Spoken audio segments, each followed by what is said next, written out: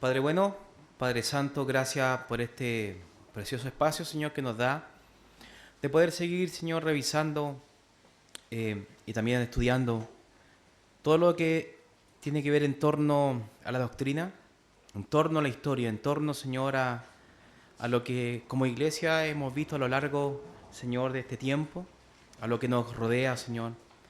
Le agradecemos porque estos espacios nos sirven para prepararnos, para entender y comprender, Señor, lo difícil, Señor, que es el actual mundo y lo difícil, Señor, que es hoy en día, Señor, la verdad. Ayúdenos, Señor, a poder defender la verdad y poder, Señor, tener todos estos instrumentos a nuestra disposición. Gracias, Señor, por estos espacios, gracias por su iglesia local, gracias por este precioso día. Se lo damos, Señor, y le pedimos de su bendición en el nombre de Jesús. Amén. Mis hermanos, la semana pasada, vimos tal vez una secta, para los que no tienen contexto, ¿cierto? Hemos estado viendo a lo largo ya desde el último tiempo, ya prácticamente como un mes y algo. Y como información, simplemente un dato adicional, esta es la clase número 100.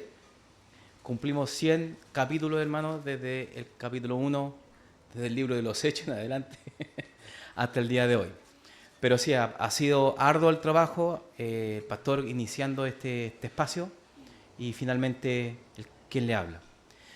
Y bueno, terminamos nosotros con la rama del protestantismo y nos estamos enfocando ahora a las sectas, pero enfocado en lo que son las sectas cristianas o pseudo cristianas, como nosotros lo podemos entender. Pero en estricto rigor son sectas con tintes cristianos. Vimos la semana pasada la secta de la Iglesia de Cristo Científico, o también conocida como la ciencia cristiana, ¿cierto?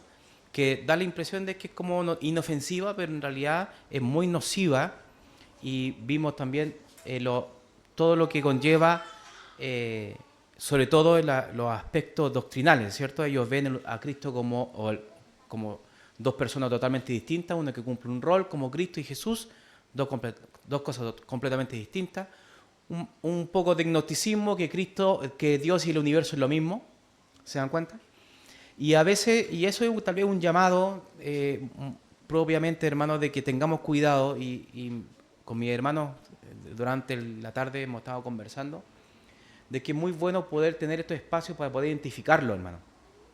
Sucede que no todo el que se dice cristiano o que cree en Jesús es cristiano. Y podemos caer, hermano, en tener tal vez incluso asociaciones con iglesias que ni siquiera son cristianas. Pero con este buenismo a veces que sucede que hay probablemente en torno al cristianismo, tenemos que ser cuidadosos, hermano. Tenemos que también revisar qué iglesias son las que tal vez los exponentes que escuchamos, a qué iglesia pertenecen, ¿cierto? ¿Qué libros nos llegan? Porque a veces, oye, mira, este libro es súper bueno y tú lo ves, sí, interesante, pero te da vuelta y dice la atalaya, por ejemplo. ¿Te das cuenta? Y no te diste cuenta que al fin y al cabo llegaste a un texto, a un documento que es justamente sectario. Y no les digo, hermano, de que no alejemos en el sentido de eh, que prácticamente estemos quemando todos sus documentos. No lo estoy diciendo eso, sino que miremoslo con una mirada crítica y con mucho cuidado. Porque estos documentos existen y están a la orden del día. La otra vez hablábamos que dijimos que YouTube, ¿cierto? YouTube, cuando nosotros queremos ver un video, aparece inmediatamente la iglesia mormona y que te invita a ser parte de la iglesia de Jesucristo de los últimos días o de los santos, ¿cierto? Entonces, es una realidad. Las sectas están insertas en la sociedad, en contorno a las iglesias ortodoxas, y es muy claro tener ese concepto de ortodoxia. Bueno, y la imagen que vimos es la única iglesia aquí en Chile que nosotros tenemos que está en Tobalaba, esto queda en Las Condes, que está actualmente en vigencia, y también hemos pasado miles de veces por Miraflores, tal vez, hermano, en Santiago Centro, y ahí está uno, de hecho, no sé si voy a hacer para allá el mouse, no lo puedo, ahí está, no me funcionó, bueno, no importa. pero no es una librería, sino que es un lugar de oración, que es el lugar que ellos imparten oración los días miércoles, y ellos se reúnen a leer textos que imparte justamente esta señora que se llama Mary Baker Eddy, ¿cierto? Que es prácticamente la iluminada del movimiento, ¿no? Todo lo que tiene que ver con el universo, con sentirse bien, con no hacerle mal a la gente, ¿cierto? Algo muy pragmático, muy metafísico, ¿cierto? Y muy hippie, en términos bien simples, ¿no? Pero muy apropiado a la época. Y el día de hoy lo que les traigo, hermanos, es sencillamente uno de los movimientos tal vez como más complejos y grandes. Yo diría que tal vez uno de los más grandes que existe. Y es complejo y que tiene bastante recursos. Y yo diría, no sé si me atrevería a decir que más que los propios mormones. Pero efectivamente es el movimiento de los testigos de Jehová. Vamos a ver más que nada esta primera parte porque vamos a dividir este estudio en dos. Pero esta primera parte para ver más o menos los personajes, las doctrinas iniciales y finalmente después vamos a ver todo lo que tiene que ver con sus creencias, sus prácticas, ¿cierto? Y también las motivaciones de los líderes actuales.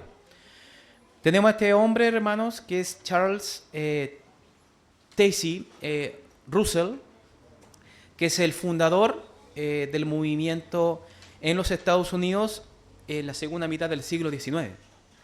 Antiguamente, hermanos, el movimiento Testigos de Jehová no se llamaba tal cual, sino que ellos llevaban el nombre de estudiantes de la Biblia. Inicialmente era simplemente un organismo, una especie de junta, muy parecido tal vez a muchos, como por ejemplo el movimiento metodista, ¿cierto? Que ellos tenían el Holy Club, ¿se recuerdan? Muy parecido a esto, pero ellos se reunían justamente al estudio de la Biblia. La historia de Charles establece una organización basada en estudios profundos de la Biblia, la proclamación de verdades para ellos que fueron olvidadas y malinterpretadas, muy propio de los movimientos sectarios, de que lo que ahora estamos estudiando, ahora sí que es la verdad, ¿cierto? O sea, se perdieron 2000 años de estudio, 2000 años de historia de la iglesia. No, eso no sirve, sino que ahora de aquí en adelante sí sirve. Se dan cuenta, es muy propio en la retórica, y esto, cuidado con esto, ¿no? Para que podamos estar alerta, escuchemos estos discursos de que no, que ahora tenemos la revelación porque ahora sí que sí, ahora sí es la verdad, que nosotros tenemos y todos los demás no. Eso también es sectario, así que tengamos cuidado con esos dichos y también mirando estos movimientos con esta lupa. Bueno, y se mantiene que hoy en día es una de las organizaciones más activas y tiene mayor influencia en el mundo. Su estructura es centralizada, doctrinas totalmente particulares y se distingue de todas las demás. Tal vez haya algunas cosas que podemos verla en común, pero a grandes rasgos es muy distinta a las otras. Los testigos de Jehová hoy en día están presentes en 230 países, hermano. Muy distinto tal vez a lo que vimos en el mormonismo, ¿cierto? Si bien están en muchos lugares, pero los testigos de Jehová están en todos lugares. Y se van a reír, hermanos, de lo que voy a decir. Yo estaba en un pueblo, si ustedes lo ubican, que se llama Rengo. ¿Cierto? ¿Lo ubican? Ya a la cordillera, hermano. A la cordillera hay un pueblo que se llama Popeta. Tal vez alguien lo conoce, hay muchos campings allá. Y hay otro lugar más arriba, rumbo a la hidroeléctrica. Hay un lugar que se llama Las Nieves. Nadie lo conoce. Ya, yo estaba ahí. Y hermano, y mientras estaba buscando, y estaba perdido, y de hecho choqué con no choqué literalmente, sino que choqué con la reja, ¿cierto? Que terminaba ahí el sitio, no había más calle. Me di la vuelta y miré para el lado, hermano, y había iglesia Testigos de Jehová. Hermano, no había nadie ahí. Y estaban ellos. ¿Se dan cuenta? Todo estos espacios, que es todo lugar, ellos están. En todo lugar. O sea, hay algo impresionante. Usted va a una esquina, ahí hay una iglesia de los Testigos de Jehová.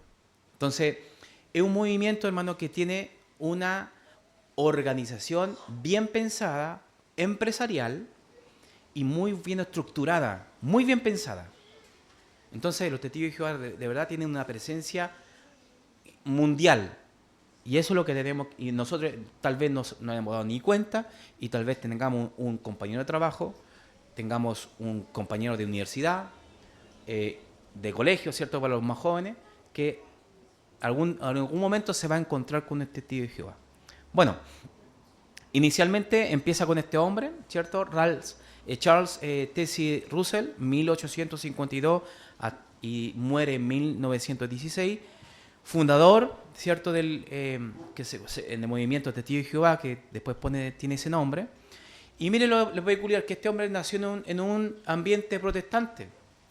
De hecho, era presbiteriano, hermanos. Y tenía relaciones y amistades con iglesias congregacionales. ¿Se recuerdan? Me imagino que los hermanos de la Confesión de Fe ya saben a lo que nos estamos refiriendo, ¿cierto? Congregacionales, presbiterianos, ¿cierto? Bueno, pero él, nuevamente, en las doctrinas fundamentales, en las doctrinas sobre todo en las que son las ortodoxas, tienen, obviamente, distancia. Ellos no están de acuerdo con ciertas cosas, como por ejemplo temas como el infierno eterno, ellos se alejan de ese concepto, y obviamente la predestinación, que es propiamente tal, en este caso de la doctrina calvinista, ¿no? Él no lo aceptaba. Bueno, inspirado por el movimiento adventista, este hombre, hermanos, tuvo contacto con William Miller, que lo vimos creo que hace 2 o 3 semanas atrás, el movimiento adventista con el advenimiento, ¿cierto? Cuando adivinaba prácticamente cuándo venía Cristo, ¿cierto? Ya, él tuvo contacto con ellos, tuvo algunos cercanía con el movimiento y con este líder. Entonces ahí comenzó a estudiar la Biblia de una forma intensiva pero equivocada, ¿no? Concluyendo que en muchas doctrinas comunes del cristianismo, cuando hablamos de doctrinas comunes, estamos hablando de doctrinas como obvias, como por ejemplo la Trinidad, la deidad de Cristo, ¿correcto? La ortodoxia misma, ya él lo proclamaba como erróneas o como mal interpretadas. Russell no fundó una iglesia en el sentido tradicional como nosotros lo vemos, como los movimientos protestantes que hemos estudiado a lo largo de la historia, sino que solamente fue como una agrupación local, ¿no? Con los estudiantes de la Biblia. Sala de estudios simplemente de la Biblia. Las doctrinas que más comúnmente que abrazó Russell fueron el rechazo del infierno eterno. Él se alejaba totalmente de este tipo de doctrinas. Enseñó que la doctrina del infierno de tormento eterno era incompatible con la naturaleza amorosa de Dios. ¿Se dan cuenta? Y esto es muy propiamente tal, hermanos, de no estar de acuerdo de que Dios es un Dios con atributos, ¿cierto? Como hablaba el pastor hace un momento atrás. Dios es santo, Dios es eterno, Dios es amor, y Dios es ira, es justicia, es santo. No puede vivir con el pecado, ¿cierto? Entonces, estos atributos, ¿cierto? Este concepto de la simplicidad de Dios, ¿cierto? Que Él vive con todos sus atributos en armonía, no puede concebir estos hombres porque ellos quieren dividir al Dios malvado y el Dios bueno, ¿correcto? Entonces, en el estricto rigor, ellos no tenían, se alejan del concepto de infierno. Entonces, ellos ven que los muertos están en un estado de inconsciencia similar al sueño hasta la resurrección. No existe para ellos el infierno. La segunda venida de Cristo, y se interpreta, Russell lo interpretaba que Cristo regresaría de manera invisible y espiritual, no que todo ojo le vería. No de forma física me estoy refiriendo. Creía que la presencia de Cristo comenzó en 1874 y que su reinado culminaría con la destrucción de sistemas humanos, con sistemas de gobierno, con reinos literales, ¿no? Eso es lo que ellos de alguna forma pensaban. O Russell postulaba. La restitución de todas las cosas. Enseñó que después del Armagedón, que es para ellos el Armagedón es literal, tiene que ver mucho con la literalidad, en este caso, de las profecías. Dice que habría un periodo de 1000 años en la que toda la humanidad tendría la oportunidad de aprender y obedecer de la ley de Dios, incluyendo la resurrección de los muertos. Si se dan cuenta, no estamos hablando en ningún momento de la gracia, no estamos hablando de la justicia de Dios, no estamos hablando de la expiación de los pecados de forma literal, o sea, y clara en los mensajes y las doctrinas que abrazan los testigos de Jehová, sino que ellos ven todo esto como la salvación por obras. Tal vez literalmente no se lo van a decir nunca. Pero ellos ven de que la comprensión de la lectura, más las buenas obras y a sujetarse a guardar los mandamientos, tenemos salvación. ¿Se, ¿Se dan cuenta? Sí, correcto. Mala predicación. Bueno, es así como ellos tienen esta sistematización, ¿se dan cuenta? Y ven a la humanidad de una forma caída, pero el concepto de pecado es totalmente diferente, pero eso lo vamos a ver un poquito más adelante. Rechaza totalmente al concepto de Trinidad. Ellos no ven a Dios Trino, ¿cierto? Ellos no ven a Padre, Hijo y Espíritu Santo como un Dios Trino, ¿cierto? Y en personas, ¿no? No lo ven de esa manera. Ellos rechazan la doctrina considerando que no es bíblica. Sostenía que Jesús era un ser creado por Dios, o sea, estamos hablando, hermano, de un semidios. Y eso es muy importante porque estamos hablando no de la ortodoxia misma, ¿se dan cuenta? Hablando de la ortodoxia, nosotros estamos hablando del Dios bíblico, pero ellos a darle categorías humanas y de creación de parte de Cristo, estamos hablando, y no creer la Trinidad, estamos hablando de otro concepto de Dios, distinto. De hecho, ellos dicen que el arcángel Miguel sería Cristo. Si alguna vez lo escuchan, y tal vez lo hemos escuchado alguna vez en la feria, alguien tal vez que argumenta ese tipo de cosas, él es un testigo de Jehová, inmediatamente. Creo que había una persona de que bastantes veces siempre cuando nosotros íbamos a predicar, iba y trataba de argumentar este tipo de cosas, pero él es testigo de Jehová. O toda la gente que argumenta este tipo de cosas. Bueno, y el Espíritu Santo no es una persona como tal, sino que le dan el nombre, atención, para que no lo confundamos, porque muchos cristianos se confunden con esto y le dicen hermanos en la fe. Ellos dicen que el Espíritu Santo es una fuerza activa. Y eso es otra cosa. Por eso hay que estar apercibido, hermano, en este tipo de cosas. Tenemos que estar apercibidos. Porque con estas sutilezas, nosotros nos damos cuenta de que tal vez hermanos que no están preparados, inmediatamente, sí, somos hermanos en la fe. Y no, hermanos. Estas son cosas como medulares, son muy importantes para poder diferenciar, hermanos, entre una ortodoxia y una heteroortodoxia, totalmente distinta. Bueno, y el propósito, seguimos, ¿cierto? El propósito de Jesucristo, del sacrificio de Cristo, enfatiza que Cristo abrió la oportunidad para que la humanidad pudiera reconciliarse con Dios. Creen que el sacrificio de Jesús es un rescate simplemente. De hecho, había un grupo que se llamaba así, de esa manera, rescate. ¿Se recuerdan?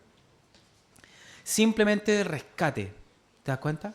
Pero ellos no ven la doble imputación de Cristo. No ven, de hecho, en estricto rigor, hermanos, nos damos cuenta de que ellos no considerar a Cristo como Dios, entonces el sacrificio fue prácticamente, si bajo su lógica, totalmente en vano. Porque Cristo es Dios. ¿Se dan cuenta? Entonces ellos ven de una forma como una deuda el pago del pecado, la deuda que fue a causa de Adán, lo pagó Cristo. Y eso es simplemente lo que ellos ven respecto a Cristo. Ahora, ellos sí lo ven como Salvador, ellos sí lo ven, ¿cierto?, como el Hijo de Dios, le dan esos títulos, pero la deidad de Cristo la bajan, como un ser creado, más que el ser humano, más que los ángeles, pero un ser creado, literalmente creado. O sea, Él no tuvo la eternidad. En algún momento tuvo un inicio. ¿Se dan cuenta? Entonces, no es el mismo Cristo que nosotros creemos. Ellos ven también la cronología bíblica de una forma también literal, muy propio, hermano, también de la secta, que ellos ven todo literal y quieren de alguna forma calcular siempre la venida de Cristo con en este caso, una fórmula, calculando el libro de Daniel con las 77 semanas, ¿cierto? 70 semanas. Y así generando estas fechas totalmente inapropiadas, menos en un calendario, hermano, gregoriano, porque nuestros calendarios son totalmente imperfectos, pues, hermano. Tenemos que cada 4 años tenemos que tener un año bisiesto, ¿cierto? Para agregarle o restarle un día. Entonces, inconcebible. Bueno, una de esas profecías, ¿cierto? Que él concluyó es que en 1914 sería el año clave de establecimiento del reino de Dios, según él. Y siempre este pragmatismo, hermano, que a veces siempre pasa, como dice el pastor, chuta, Señor, háblame que venga una estrella fugaz y yo te voy a creer. Ya, y apareció la estrella fugaz. Ese pragmatismo bien, bien clásico, ¿no? Ya, en 1914, ¿qué sucedió? La Primera Guerra Mundial. Entonces, esa era una señal de que el reino de Dios se acercaba. ¿Se dan cuenta? Bueno, y también este hombre tuvo la contribución en la difusión de ideas, revistas, ¿cierto? Habíamos hablado de que el diario, las revistas de ese tiempo eran muy importantes, hoy en día como las redes sociales, donde hay artículos, donde uno puede estudiarlos. Ya, este hombre publicó lo que hoy en día, bueno, lo voy a decir, ojalá que me salga el inglés, dice Zion Watchtower and Herald of Christ Princess, que fue fundada en 1879, lo que hoy en día conocemos como la Atalaya. ¿Ya? Es más conocida coloquialmente como la Atalaya. No solamente Russell fue el iniciador y que dio impulso a este movimiento, ¿cierto? Pero simplemente dio las primeras ideas, dio las primeras luces del movimiento. Pero el segundo personaje que vamos a revisar, por eso le digo que es complejo en este caso el movimiento de los Testigos de Jehová, es don Joseph Franklin Rutherford. Imágenes también exclusivamente que saqué de la Biblioteca Nacional. No, mentira. Son imágenes justamente... No, la Biblioteca Nacional no se pueden sacar fotografías por si acaso. No se la ocurra sacar una fotografía. Pero sí, ahí están. Don Joseph Franklin Roosevelt. Murió Russell, ¿cierto? En 1916 y tomó la posición este hombre, don Joseph. Este periodo estuvo marcada por la reorganización y este fue lo que él... fue el aporte crucial en el movimiento don Joseph, que estructuró todo el movimiento y oficializó el nombre que hoy en día conocemos como los Testigos de Jehová en 1931. Esto fue, hermano, no hace mucho, a la vuelta de la esquina, fue hace muy poco el movimiento, 1931. Don Joseph Rutherford introdujo cambios significativos en la doctrina, la organización y promoviendo, hermanos, una estructura centralizada a través justamente de la literatura, a través de las revistas, ¿cierto?, de las doctrinas, de cómo el movimiento alrededor del mundo tendría que enfrentarse. También intensificó la predicación, como decía el hermano justamente, la predicación pública puerta a puerta, enfatizó, lo sistematizó, y hermano, y más adelante este movimiento preparó, en este caso, institutos justamente para hacer el trabajo que la gente que vemos nosotros a veces los días sábados lo hacen, o los días de semana, la gente, sobre todo gente mayor o adulta, lo hace durante la semana también. Bueno, en 1906 don Rutherford comenzó a organizarse, asociarse con los estudiantes de la Biblia lideradas por Russell. Fue un defensor activo del mensaje del reino de Dios y participó en actividades de predicación y enseñanza en el movimiento.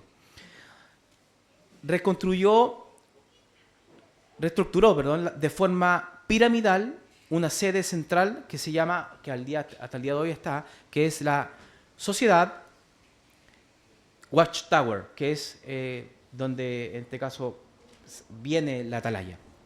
En 1931, Rutherford adoptó el nombre de los Testigos de Jehová y definió varias doctrinas, como por ejemplo la oposición a la cruz. No sé si usted lo sabía, pero los Testigos de Jehová no afirman de que Cristo fue crucificado en una cruz, sino que ellos lo ven como simplemente un madero recto.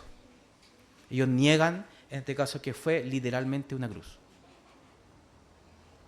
Lo ven prácticamente como demoníaca, lo ven como ofensiva y católica, lo que más ellos los defensa. Yo he conversado con varios gente de adulta venía y conversaba conmigo y ellos me manifestaban este tipo de cosas, de que ellos ven no una cruz literal, ¿cierto? Estamos hablando de una cruz, hermano, ¿cierto? Cruz, sino ellos ven simplemente un madero y que Cristo murió de esa manera. De hecho, en las imprentas, los dibujos que ellos hacen, van a poner a Cristo no en forma de cruz, no clavado en una cruz, sino que en un madero recto, de forma recta.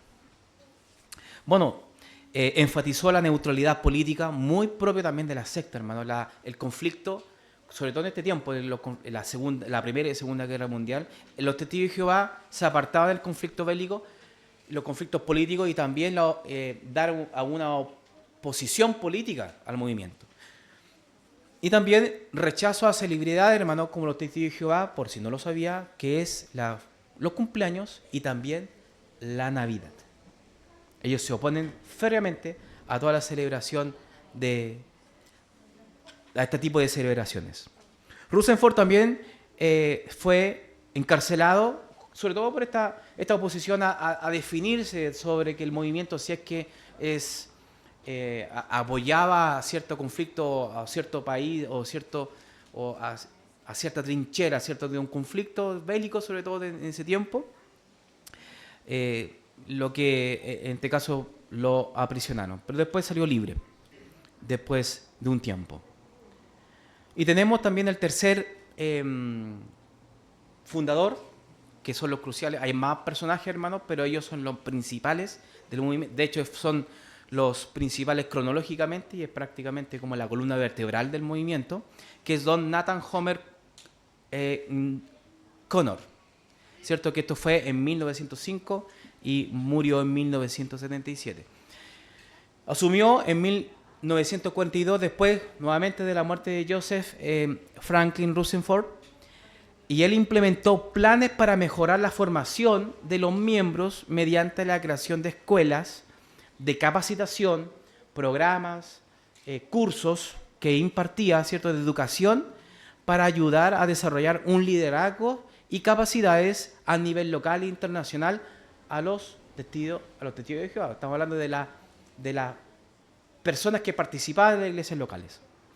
Uno de los cambios muy importantes que él tuvo fue la expansión del cuerpo gobernante. Yo creo que eso fue lo distintivo de este hombre. El cuerpo gobernante, hermanos, de los testigos de Jehová es el que define la doctrina. Ya no recaía en el fundador o en el presidente o en la cabeza del movimiento, ya que él siempre, era el tercer, de hecho,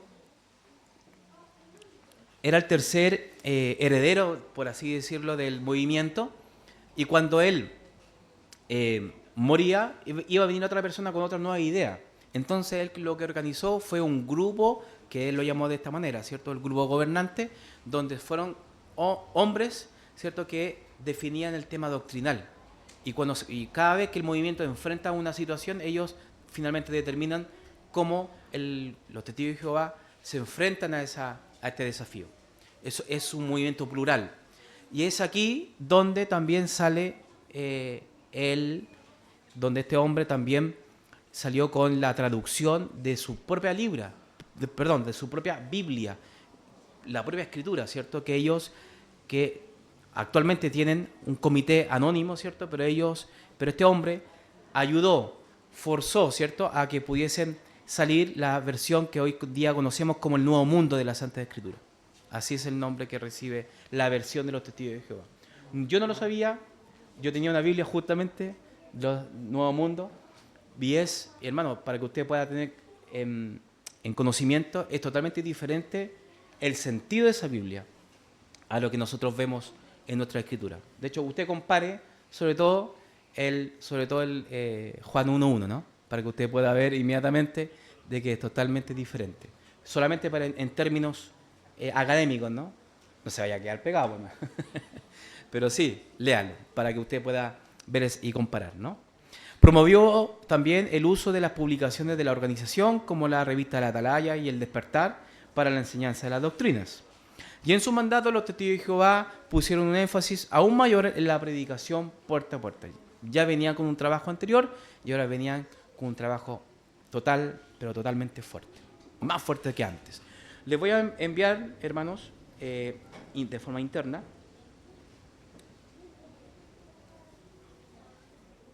a pedido también de mis hermanos que ellos quieren profundizar y estudiar.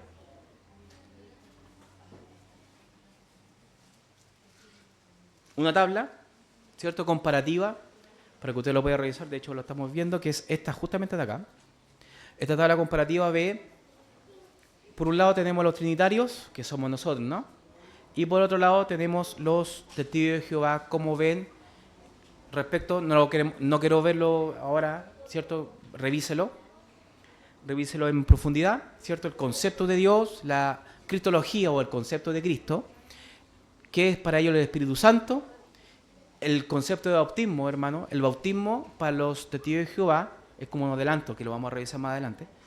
El bautismo es por inmersión en agua, ¿cierto? Pero el bautismo es un antes y un después.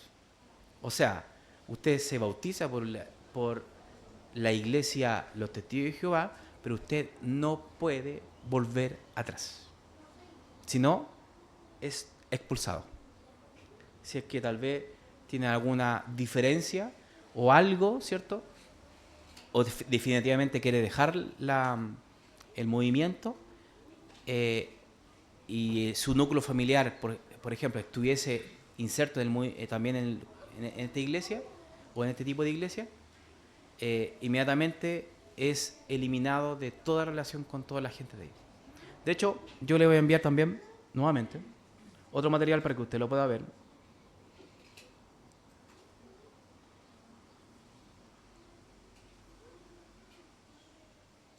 En torno, ¿cierto? Yo sé que las noticias, sobre todo externas, sobre todo que son seculares, tienen otro propósito, ¿cierto? Siempre en este caso, perjudicar la religión, ¿cierto? Y sobre todo las creencias propias en torno a Dios, ¿no? Pero quiero que puedan ver después este reportaje de La Tercera, que ustedes puedan ver qué es lo que ocurrió con una persona después de que tuvo 15 años en el movimiento, qué sucedió con ella después cuando quiso salirse del movimiento y cuáles fueron los efectos. Porque el movimiento sectario, hermano, tenemos que entender de que ellos creen acérricamente que ellos son el único pueblo de Dios. Y todo lo demás está errado, pero ellos sí tienen la verdad. ¿Se dan cuenta? Entonces es muy propio del movimiento y eso es lo que vamos a dejarlo hasta acá. Eso es lo que vamos a revisar porque ya harta materia que seguir investigando, pero quiero que se queden con estos 3 personajes que revisamos, algunas de las doctrinas que también vimos, y lo importante de esto es de que ya la próxima semana vamos a profundizar respecto a los sacramentos, respecto al bautismo, respecto a la cena, quiénes cenan también, quiénes son considerados parte del movimiento y quiénes no, o quiénes son parte de la membresía y quiénes no. Entonces, todos esos aspectos que tienen que ver con la parte eclesiástica vamos a verlo la próxima semana. ¿Amén? ¿Dudas, consultas, preguntas, mis hermanos?